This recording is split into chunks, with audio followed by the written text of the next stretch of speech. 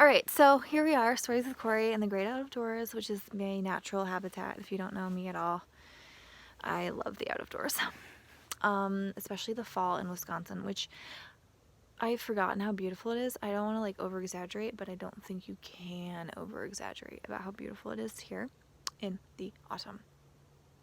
Definitely not. So just my little plug. This is not a commercial for Wisconsin, but it is a commercial for Wisconsin. You should come visit. All right, so we're moving along. Genesis. So last story, I'm not going to give it away, but it was about Abraham and Isaac was about to be sacrificed. Spoiler alert, in this story, Isaac is alive, so you can put those pieces together. But in the meantime, between story A and story B this week, we've had a death. Sarah, the wife of Abraham, the mother of Isaac, has passed away. At the time, Abraham was living down in Gerar. I don't know if that's how you say it, but in the land of the Philistines. And his wife passed away a little bit further north, actually, and in Hebron. And rather than moving her body down where he was living, he purchased land there and buried her there, which might seem really insignificant. It's just a little chapter in the Bible, but it's actually super significant because that land, you may have heard called the Promised Land. So Abraham kind of put a down payment on it, but his descendants would not inhabit the land for centuries. Anyways, getting ahead of myself. Sarah's dead, all that to say. And Isaac was in need of a wife. Well, Abraham got thinking to himself and said, yeah, it's about time. He's 40 years old. He needs to get married.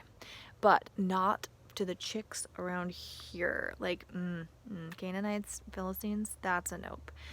So he called over his servant Eliezer and said, Eliezer, I need you to do me a solid. I need you to go find a wife for my son. Now, I don't need you to use Christian Mingle. Definitely not Bumble. But if you could just go up to where my brother's living, way up north, modern Syria, and go pick out a bride there, that would be great. And Eliezer thought to himself, yeah, that's a big job. And Abraham said, no, it is, but the God of heaven's gonna show you the way. He's gonna lead. He's got this. Don't even worry about it. The God of heaven and earth can bring you to a bride for my son. This is nothing for him. Eliezer still wasn't like super convinced. He's like, well, what if I find a girl and she doesn't want to come back here? And Abraham said, no, you don't understand. Not only do I not want my son to marry someone from around here, I do not want him to go back north because God told me to leave that area. So I'm here, but there's no one he should marry here. These are pagan ladies. That's a nope. So promise me you'll find someone from the north where my family is living, and you will not choose Canaanite, and that you will bring her back here and not take Isaac away. That's the deal. And Eliezer said, Abraham said, don't you worry. The God of heaven and earth will show you the way. In fact, he's going to send an angel, one of his messengers, to go with you. How about that? It's pretty neat. So Eliezer said, okay, that's all right. Okay, I'm in. So they strike a deal. He promises to go along with it, this plan, and geese. So squirrel. So they take off. Eliezer and this whole posse of people start heading north, like 1,000 kilometers, give or take. Thank you, Google Maps. And they are on their way to the north, and Eliezer has a long time to think about this and make a little plan, and eventually got to the point where he was like, what am I doing? I'm an old man trying to pick out a wife for my master's son, and this is a big deal. What am I doing? And so he prayed, and he said, okay, praying to the Lord, the God of my master Abraham, if you're really this God of heaven and earth, let's make a deal. How about the girl who offers to give me water? How about she be the one? No, you know what? That's too easy. How about the girl who offers to give me a drink and then offers to drink, to water my camels also. How about that's the one Isaac should marry? How about that? And what do you know? God was like, okay, that's how I'm going to show you, and you're going to watch this and be amazed. Now again, the Bible is not always prescriptive, it's descriptive. So this is not like the Bible telling you this is how you should found your spouse, or really the will of God in any way. This is just how it happened for Eliezer and Abraham, and we're telling you the story of how this happened. So Eliezer continues his journey, and they wander into this town of Nahor, and boy, they are parched, and they clearly look like they're from a long ways. And it just happened to be the time of day when the young ladies came out with their jugs on their shoulders to draw water. And Eliezer was sitting there and watching the girls come, and he saw this one, and he was like, "Dang, wow, she's really pretty." And she was, and she got closer, and he was like, wow, okay, here we go, here's the moment. So she came over, and she saw that everyone was so thirsty, and she said, "How would I draw some water for you?" And he said, "Yeah, that'd be real nice. Let's see what happens."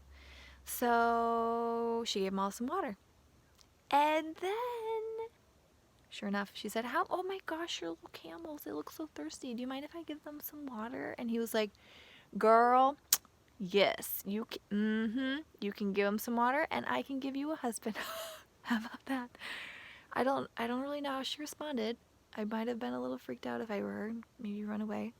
But she waited, and she listened, and Eliezer just kept rambling on about how he'd been sent by his master, and he was like, "Who are you? What's your name? And where's your family?" And she's like, "Oh, I'm the daughter of Bethuel." And he was like, "You probably don't know him. You're not from around here, but he's the son of Nahor, like who this town is named after." And Eliezer freaked out because he was like, "Oh my gosh, are you kidding me? Are you kidding me? That's Abraham's brother. This is it. This is the family I was looking for."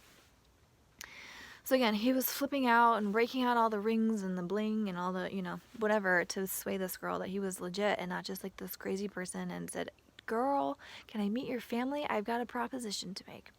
So she said, "Yeah, I mean, come on, let's go."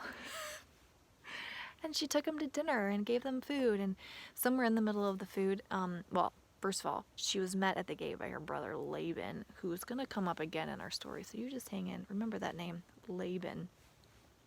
So Laban comes out and says, "Girl, who are all these people?